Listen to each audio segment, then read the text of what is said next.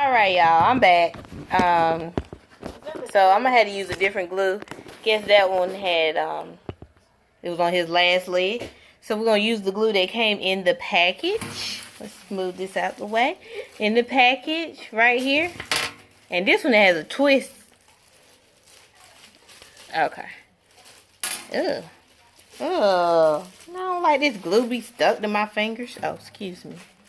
Okay, so we know this one worked because it already came out. Alright, so I've already washed my hands. I buffed them. Kind of gave them a little bit of a shape. And I've already singled out the corresponding nail. So, you know, the thumb with the bigger one. Made sure it fit.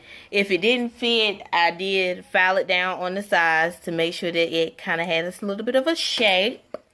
These are really nice. They have some of the little ones with the little crystals. And then some of them has the sleek little shiny spot.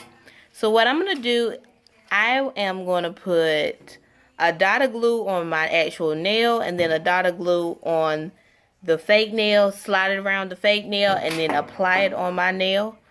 And I'll be back for the finished. Hopefully it looks good, but you know, for like $10, it'll be great. Because this right here, going to the salon, you're going to pay about $40, $50. So, and I'm not about to pay that. So, we'll be back soon. Oh, I am back. I had to do a little bit of wardrobe change. I ain't gonna look. Also, one more thing before I let y'all go. With the nails, some of them will fit correctly, but some of them won't, based on how small or big your nail bed is. So when I take the nail, I put the artificial nail on top of my nail, and then I see with the sizing.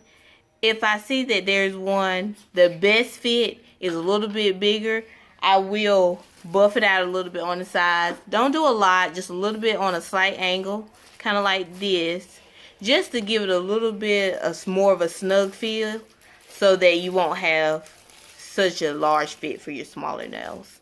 Alright. I'll be back with the finished result.